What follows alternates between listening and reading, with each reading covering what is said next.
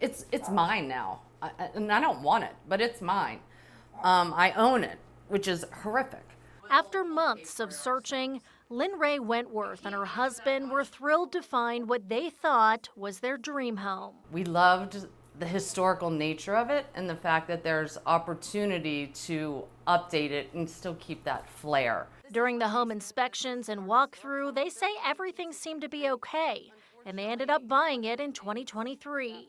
But months after moving in, Lynn Ray says she was in the basement with her nephew, working to clean up a few things left behind by the seller, and it wasn't until they removed a large rug and table that they found a very large problem. I came down and I was like, there's something tiled into the floor here, and you take a step over here and you're like, oh my gosh, this is a swastika. Nearly 6 feet in diameter, a swastika and what appears to be a German war eagle were discovered permanently tiled into the floor. I was just shocked, mortified. The Wentworths hired attorney Daniel Stoner, who filed a lawsuit arguing the symbols were a material defect in the home that the seller failed to disclose. We believe this is something that should have been disclosed to them from the start, and they should have been given the option as to whether or not this is something they would want to be in their home. Stoner says the seller apparently installed the symbols in the floor himself back in the 70s and argued the swastika symbol was a popular design on greeting cards, soft drinks, and sports uniforms back in the 1920s.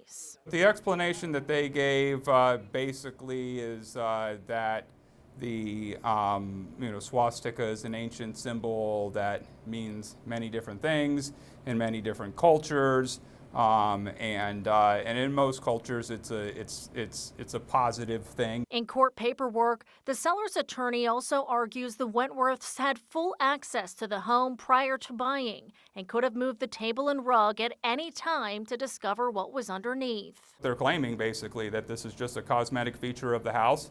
It doesn't constitute a defect, and therefore they didn't have to disclose that to them. That is their position. But the Wentworths disagree, saying they may not have purchased the home had they known. This is our home. This is where we live. This is where we have family. We weren't able to make an informed decision about a huge purchase in our lives. We were denied that opportunity simply because somebody couldn't take 5 seconds to say, hey, take a look at the basement floor. There's some symbols down there. They say they believe the seller intentionally hid the symbols, knowing it could be a problem. I mean, why would they have kept the rug when they were cleaning out? Why would you set a table right smack dab over something unless you were hiding it? Stoner says this case is the first of its kind in Pennsylvania and says the Wentworths want to see the law changed, making it a crime to not disclose permanently installed hate symbols in a home. Do what you want in your house. Paint it purple with green polka dots. You know, that's great. But don't pass your potential hate onto me. Unacceptable. The Wentworths compare this situation to this, when Beaver Borough police acted swiftly to remove and condemn swastikas spray painted on a building earlier this year. They posted about it's going to be removed as soon as possible, right? Nobody was saying, hey, this is okay. This isn't a material defect. The response was, as it should have been, let's get this out of here. Let's remove it. This is an inappropriate symbol. Stoner has now made an appeal and made arguments in front of the Superior Court and is waiting for an opinion expected in the next few months. I hope the Pennsylvania judiciary sees the fact that this isn't just a real estate case about a potential material defect. This is also a case about how we accept or how we stand up to hate when it comes to symbols like this. Caveat emptor, buyer beware. It's a phrase house hunters have to get familiar with and a risk they accept when it comes to buying a house in Pennsylvania. We found, after we purchased it, a swastika tiled into the middle of our basement. The vast majority of home buyers will never uncover something like a swastika set into the floor tiles, like the Wentworths found in their home in Beaver County. It is mind-blowing for a lot of reasons. And sellers have to disclose defects they know about. The level of detail that most sellers provide is what I would deem fairly scanty.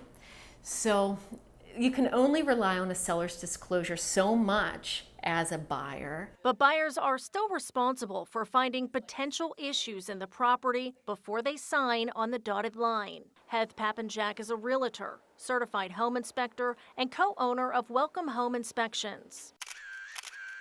We have some old wiring that's coming into that junction box. She walked us through this Airbnb in Highland Park to demonstrate what inspectors can and cannot help potential buyers uncover in their dream home. Clearly, we're not moving this piece of furniture out of the way to see what's happening. In a letter responding to the Wentworths' initial lawsuit, the attorney for their home's seller suggested they could have discovered the swastika at any time during a home inspection by lifting the rug that concealed it. As a home inspector, we're not allowed to manipulate furnishings. Pappenjack says no home inspector would have found something like that. I wouldn't be moving this table, lifting up the rug. I wouldn't be moving this couch to be able to understand what the floor condition is or if there's any defects that would be relevant. When you're walking through your potential home, don't expect your inspector to shift a bookcase or haul away a rug to check for hidden problems. If I were to do that, that would be a liability concern, and also too,